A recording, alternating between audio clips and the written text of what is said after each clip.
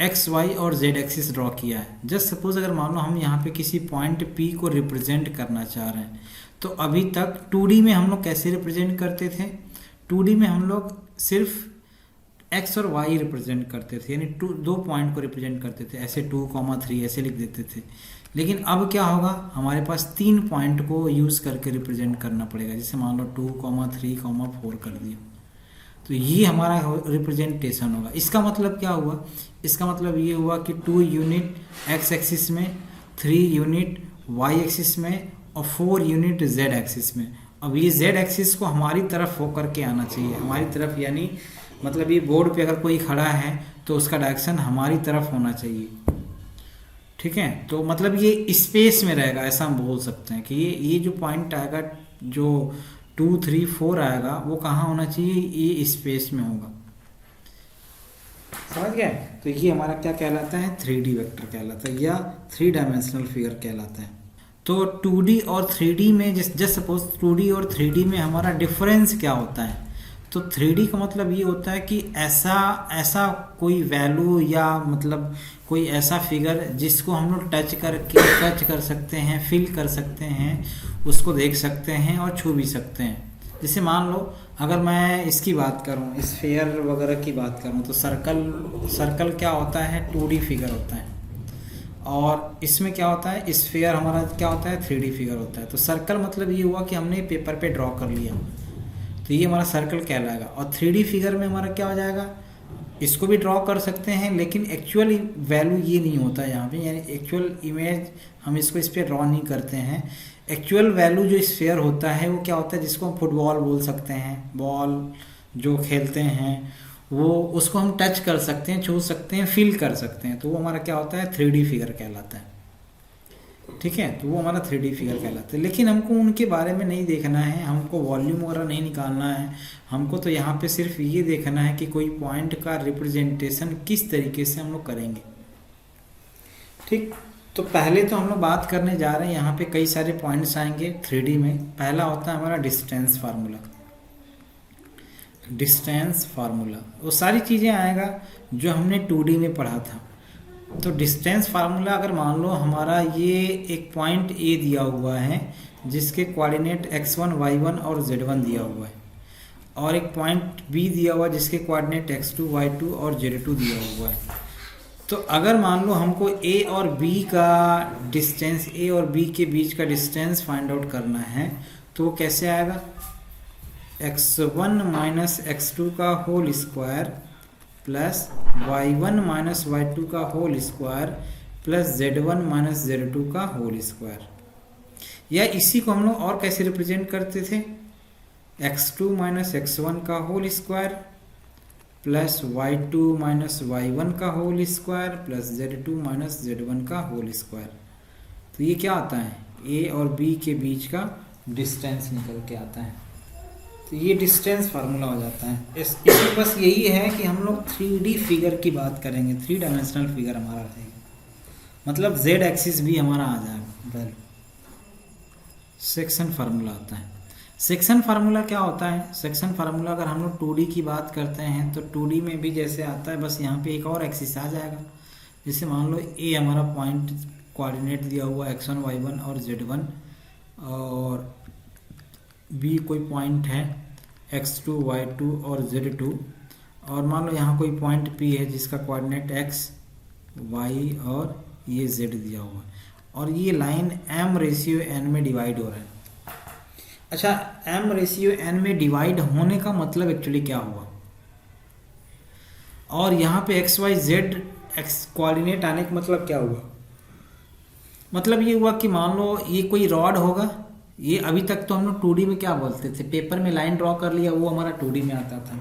अब मान लो हमने हाथ से पेन ही मान लो पकड़ लिया, ये हमने पेन पकड़ा हुआ है, और पेन पकड़ा हुआ है, जिस पॉइंट पे पकड़ा हुआ है उस पॉइंट का कोऑर्डिनेट हमको मान लो फाइंड आउट करना है। P पे हमने हाथ पकड़ के, हाथ रख करके इसको पकड़ा हुआ है मान लो, ठीक है।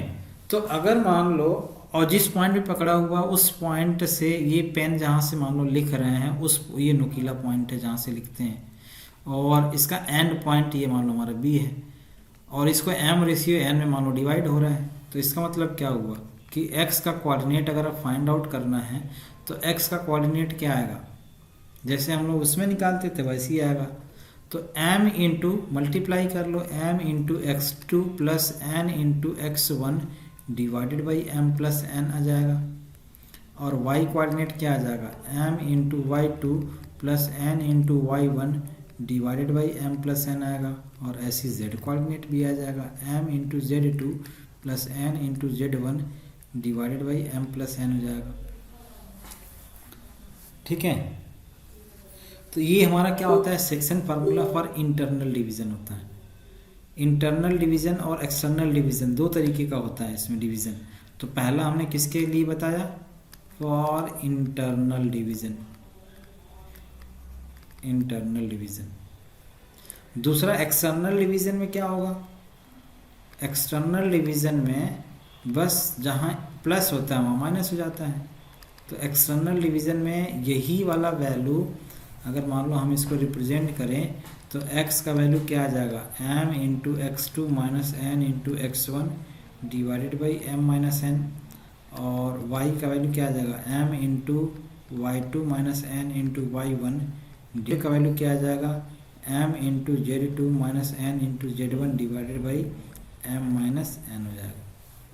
और इसका अगर डायग्राम अगर मान लो हम लोग बनाएं तो ये डायग्राम हमारा कैसे आएगा कि मान लो हमने एक पॉइंट ए ले लिया जिसका कोऑर्डिनेट x1 y1 z1 है, और यहाँ कोई पॉइंट बी ले लिया जिसका कोऑर्डिनेट x2 y2 और z2 है।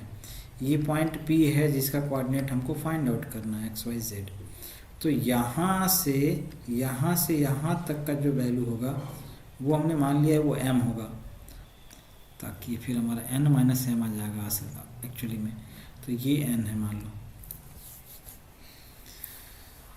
नहीं तो फिर गड़बड़ हो जाएगा, ये पहले लेना पड़ेगा ये बाद में लेना पड़ेगा। तो m माइनस एन यहाँ आ जाएगा। ठीक, हालांकि वो भी सही है, कोई दिक्कत नहीं है। अगर ये पूरे को m ले रहा हो तो ये फिर आपको m माइनस एन लेना पड़ेगा। देखो इसी में हमारा एक पॉइंट आता है मिड पॉइंट का कोऑर्डिनेट। तो इंटरनल डिवीज़न जो हमने यहाँ पे किया था, तो इंटरनल डिवीज़न में ही अगर मान लेते हैं हम लोग इसी कोऑर्डिनेट में यहाँ पे जो हमने बताया यहाँ पे, इसमें मिड पॉइंट का मतलब ये होता है कि ये जो पॉइंट हमने ड्रॉ किया ना m का वैल्यू n के इक्वल हो जाएगा। तो आप क्या लिखोगे, फॉर मिड पॉइंट। तो अगर मिड पॉइंट के लिए अगर हमको बताना हुआ तो हम क्या लिखेंगे, for mid point m is equal to n हो जाएगा। और जब m is equal to n हो जाएगा तो ये कैसे आएगा, x is equal to m into X two plus N का वैल्यू m के इक्वल हो जाएगा m into X one divided by m plus m हो जाएगा। तो मतलब क्या हुआ, m इंटू कॉमन ले लिया x two plus x one divide by to m हो जाएगा। तो m से m कैंसिल हो जाएगा, क्या बचेगा, x one plus x two divide by two हो जाएगा। सेम y का value y one plus y two by two, और सेम ऐसे ही z का value z one plus z two by two हो जाएगा। ठीक, तो x y और z का वैल्यू क्या आएगा, x1 plus x two by two, y का value y one plus y two by two, और z का value z one plus z two by to आएगा। क्लियर, तो ये मिड पॉइंट के लिए हमारा वैल्यू आता है, और मिड पॉइंट के लिए m का वैल्यू n हो जाएगा। और लेकिन एक्सटर्नल डिवीज़न में ऐसा नहीं हो सकता ना, एक्सटर्नल डिवीज़न में m is equal to n नहीं होना चाहिए। m is equal to n अगर हो गया तो फिर ये डिनोमीटर में क्या आ जाएगा, जीरो हो जाएगा। और जब जीरो हो जाएगा तो इसका मतलब ये हुआ कि वो अनडिफाइंड वैल्यू आ जाएगा। देखो सेंट्रॉयड निकल के आता कैसे, सेंट्रॉयड जो होता है अगर मान लो हमसे पूछा जाए तो सेंट्रॉयड क्या होता है, बाइसेक्टर्स ऑफ मीडियन है ना, बाइसेक्टर्स ऑफ मीडियन कहलाता है। लेकिन हमको इसकी ज़रूरत तो है नहीं, अभी हमको क्या कैलकुलेट करना है, कैसे कैलकुलेट करना है, हम 3D फिगर ले रहे हैं। और इस 3D फिगर में हम लोग क्या यूज़ कर रहे हैं, मान लो एक पॉइंट ए है जिसका कोऑर्डिनेट x1 y1 z1 है, और एक पॉइंट बी है जिसका coordinate x2 y2 and z2 है, और एक पॉइंट सी है जिसका coordinate x3 y3 and z3 है। तो इसका मतलब ये हुआ कि अगर हमको सेंट्रॉयड का कोऑर्डिनेट कैलकुलेट करना है, सेंट्रॉयड जिसको हम लोग जी से रिप्रेजेंट करते हैं, तो जो सेंट्रॉयड का कोऑर्डिनेट होगा वो कैसे निकल के आता है, ऐसे ही जैसे मान लो इसको हमने कैपिटल X, कैपिटल Y और कैपिटल Z बोल दिया, तो centroid X is equal to क्या आ जाएगा, x1 plus x2 plus x3 divide by 3। y coordinate आ जाएगा ऐसे ही y1 plus y2 plus y3 divide by 3, और z कोऑर्डिनेट आ जाएगा z1 plus z2 plus z3 divide by 3 आ जाएगा। ठीक, ये हमारा ट्रायंगल के लिए है। अगर मान लो ऐसे हम टेट्राहेड्रन वगैरह की बात करें, ठीक, या पॉलीगन की बात करें, तो ऐसे जितने वर्टिसेस रहेगा उतने डिवाइड बाई आप वैल्यू कर दो। अगर 3 वर्टिसेस है तो डिवाइड बाई 3 होगा, 4 वर्टिसेस है तो डिवाइड बाई 4 हो जाएगा। तो अगर मान लो मैं टेट्राहेड्रन वगैरह की बात करता हूँ तो मान लो आप लिख सकते हो, ये हमने सेंट्रॉयड ऑफ ट्रायंगल लिखा, तो सेंट्रॉयड ऑफ टेट्राहेड्रन की अगर मैं बात करूँ क्या आ जाएगा, x1 plus x2 plus x3 plus x4 divide by 4, ऐसी y1 plus y2 plus y3 plus y4 divide by 4, फिर z1 plus z2 plus z3 plus z4 divided by 4 हो जाएगा। ठीक है, तो ये हमारे क्या आ जाएंगे, सेंट्रॉयड के कोऑर्डिनेट्स आ जाएंगे। तो ये हमारा तरीका होता है इसको कैलकुलेट करने का, इस तरीके से हम इसको कैलकुलेट करते हैं। मैग्नीट्यूड, तो मैग्नीट्यूड जैसे मान लो हमने एक वेक्टर के टर्म से रिप्रेजेंट किया 3D vector xi plus y j plus z k, तो इसका मैग्नीट्यूड हम लोग कैसे निकालते हैं, आर वेक्टर का मैग्नीट्यूड कैसे आएगा, X square plus Y square plus Z square, ये हमारा मैग्नीट्यूड निकालने का तरीका होता है ना 3D वेक्टर के लिए। उसके बाद अगर मान लो हमने क्या किया, एक ये कोऑर्डिनेट सिस्टम बनाया, कार्टेशियन कोऑर्डिनेट सिस्टम है ना, और इसको हमने बोला मान लो ये एक्स एक्सिस है और ये मान लो हमारा वाई एक्सिस है, और एक लाइन और ड्रॉ किया जिसको हमने बोल दिया ये हमारा जेड एक्सिस है।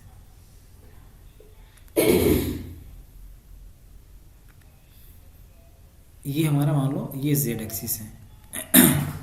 तो अगर मान लो ये एक्स एक्सिस है, वाई एक्सिस है, जेड एक्सिस है, तो ये जो हमारा होता है आई कैप वो हमारा होता है एक्स की डायरेक्शन में यूनिट वेक्टर, और ये जो जे कैप होता है वो क्या होता है वाई की डायरेक्शन में यूनिट वेक्टर, और के कैप जो होता है इसको हम क्या बोलते हैं जेड की डायरेक्शन में यूनिट वेक्टर इसको बोलते हैं। ठीक है, तो अगर मान लो हम लोगों को क्या करना रहता है, जस्ट सपोज हमने कोई एक वेक्टर ले लिया, जस्ट सपोज हमने क्या किया एक वेक्टर ले लिया और इस वेक्टर को हमने रिप्रेजेंट किया ऐसे, ठीक, चलो मान लो ऐसे हमने रिप्रेजेंट कर दिया, और इस वेक्टर का नाम हमने रख दिया ये ओ है, और इस वेक्टर को हमने पी बोल दिया। इस पी का coordinate just suppose x1 y1 और z1 बोल दिया। तो अगर मान लो मेरे को आर वेक्टर से इसको रिप्रेजेंट करना है तो मैं कैसे रिप्रेजेंट करूँगा, x1i plus y1j plus z1k से रिप्रेजेंट करूँगा।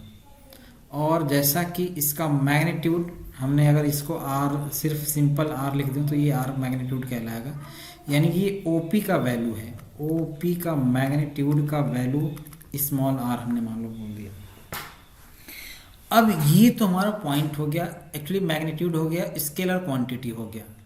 अब अगर मान लो हमको पहुंचना है, कोई बोल दे कि आप ना यहाँ खड़े हो, कहाँ पे, ओरिजिन पे खड़े हो और पी पे पहुंच के बताओ, तो एक तो हमारे पास तरीका ये है कि मैं क्या करूँगा इसका यूज़ कर लूँगा, मतलब एक्स की डायरेक्शन में आई की डायरेक्शन में एक्स यूनिट जाऊँगा, जे की डायरेक्शन में वाई यूनिट जाऊँगा, और के की डायरेक्शन में जेड यूनिट जाऊंगा या z1 यूनिट जाऊंगा, जो x1 y1 z1 हमने लिखा है, x1 यूनिट y1 यूनिट और z1 यूनिट जाऊंगा तो मैं p पॉइंट पे पहुंच जाऊंगा। ये एक तरीका होता है। दूसरा तरीका हमारा ये होता है कि इसको अगर यहाँ पे हमको इस पॉइंट पे पहुँचना है तो उसके लिए हम लोग क्या करते हैं, डायरेक्शन कोसाइन यूज़ करते हैं। तो नेक्स्ट आप पॉइंट डालोगे, हेडिंग डालोगे डायरेक्शन कोसाइंस, ठीक। तो डायरेक्शन कोसाइन जो होता है ये हमारा एंगल के यूज़ करके हम लोग यहाँ पे पहुँचते हैं पॉइंट पी पे। मतलब अगर किसी पॉइंट पे या किसी स्पेस में किसी जगह पे हमको पहुँचना है तो हमारे पास दो तरीका है, या तो आप तीनों वेक्टर का वैल्यू फाइंड आउट कर लो या तीनों एंगल फाइंड आउट कर लो किसी पॉइंट से कि इसी पोजीशन पे पहुंचना है, तो वो आप उस पॉइंट पे पहुंच जाओगे, या तो बाय यूजिंग एंगल या by using distance with the direction. ठीक, अगर डायरेक्शन पता है तो भी आप पहुंच सकते हो, या आपको तीनों एंगल पता है। तीनों एंगल का मतलब ये हुआ कि आपने एक लाइन ड्रॉ किया, कितना, एक्स एक्सिस से, मान लो अल्फा एंगल बना करके लाइन ड्रॉ किया। दूसरा आपने बना दिया वाई एक्सिस से, मान लो बीटा बना दिया। और एक तीसरा लाइन बना दिया जेड एक्सिस से, वो मान लो हमने गामा बना दिया। तो जब आप इस तीनों पॉइंट को बनाओगे, तीनों लाइन को, तीनों एंगल को बनाओगे, तो अपने आप पॉइंट पी पे पहुंच जाओगे। तो कहने का मतलब ये हुआ कि यही जो हमारे वैल्यू होते हैं, ये जो हमारे वैल्यू होते हैं ना, यानी जो हम एंगल यूज़ कर रहे हैं, इन्हीं को हम लोग क्या बोलते हैं, डायरेक्शन कोसाइन बोलते हैं। ठीक, मतलब ये हुआ कि अल्फ़ा जो होता है, अल्फ़ा एंगल जो होता है वो किससे बनता है, एक्स एक्सिस से, एक्स एक्सिस के पॉजिटिव डायरेक्शन से एंगल बनाया हुआ एंगल होता है, और उसी को हम लोग रिप्रेजेंट करते हैं L is equal to cos alpha से। ठीक, और जो बीटा एंगल होता है वो किससे बनता है, वाई एक्सिस से बनता है, इसको हम लोग क्या बोलते हैं, कॉस बीटा। ठीक, और एन से हम लोग रिप्रेजेंट करते हैं, और ये एंगल हम यूज़ करते हैं कॉस गामा। तो यहाँ पे आप लिखोगे where alpha is the angle made with X axis, with positive X axis.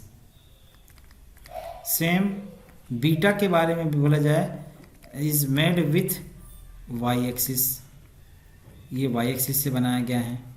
और अगर मान लो हम तीसरे गामा की बात करें, तो गामा क्या होगा, विथ जेड एक्सिस, ये जेड एक्सिस से बनाया गया एंगल होता है। और इसी एल एम एन को ही हम लोग क्या बोलते हैं, डायरेक्शन कोसाइन बोलते हैं।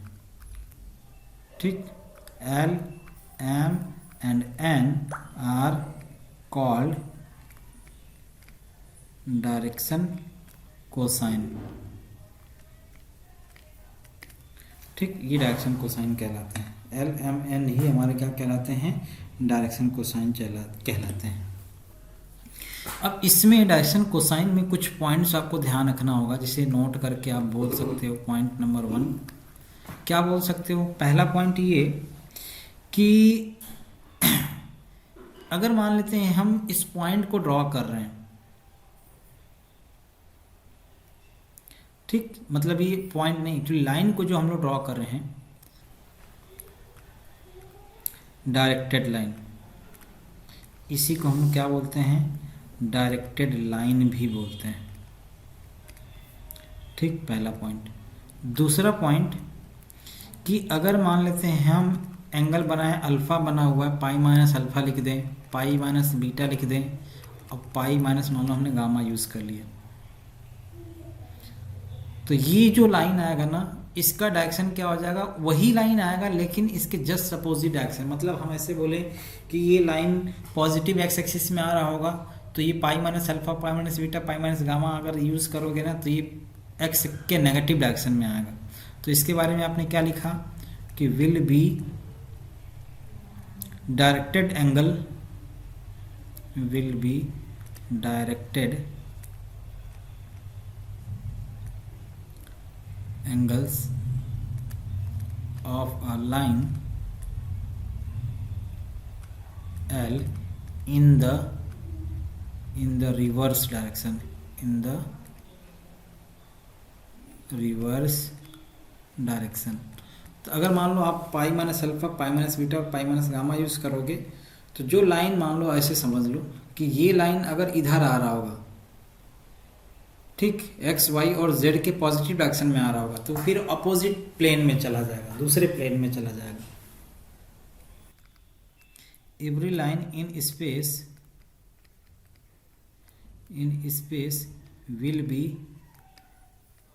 Will be having two set of direction cosine, direction cosine. एक होगा क्या होगा फॉरवर्ड डायरेक्शन में, one is in forward direction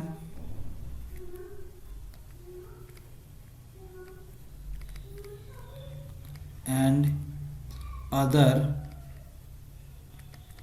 in reverse direction. ठीक, एक फॉरवर्ड डायरेक्शन में होगा और एक रिवर्स डायरेक्शन में। तो इसके लिए डायरेक्शन कोसाइन से अगर किसी पॉइंट पे पहुंचना है तो आपके पास ये एक ड्रॉबैक रहेगा कि अगर मान लो किसी पॉइंट पे पहुंचना है तो या तो आप पॉजिटिव डायरेक्शन में पहुंच सकते हो या नेगेटिव डायरेक्शन में पहुंच सकते हो। तो ये ड्रॉबैक है, लेकिन अगर आपको पॉइंट के कोऑर्डिनेट पता है तो आप डायरेक्ट उसी पॉइंट पे पहुंचोगे, ये फ़ायदा है। अच्छा, जब हम लोग इसको बनाते हैं तो ये जो हम एंगल बनाते हैं, जिसे अभी मैं बता रहा हूँ कि beta plus gamma is not necessary 90 degree. क्या हमने, इसका मतलब क्या हुआ कि मान लो अगर हमने यहाँ पे एक क्वाड्रेंट सिस्टम बनाया, कार्टेशियन क्वाड्रेंट सिस्टम, और एक मान लो हमने पॉइंट बना दिया, ये हमारा पॉइंट है, ये हमारा मान लो जेड एक्सिस है। ठीक, ये हमने जेड एक्सिस, ये दोनों अलग अलग लाइनें हैं ना, ये एक ही नहीं है। तो अगर मान लो हमने इसको एक्स बोला, ये मान लो हमारा वाई हो गया और ये हमारा जेड हो गया, ये हमारा पॉइंट पी है। तो पॉइंट पी से ये वाला एंगल अल्फा बन रहा था, ये वाला हमारा बीटा बन रहा था, और ये हमारा गामा बन रहा था। तो हमने क्या बोला है कि बीटा और गामा का वैल्यू ये जरूरी नहीं है कि हमेशा 90 डिग्री आए, या गामा और अल्फा का वैल्यू 90 डिग्री आए। समझ रहे हो, ये जरूरी नहीं है कि बीटा और गामा का वैल्यू 90 डिग्री ही आए। हो सकता है पॉइंट हमारा मतलब ये जो पॉइंट पी है वो किसी और डायरेक्शन की तरफ शो कर रहा होगा,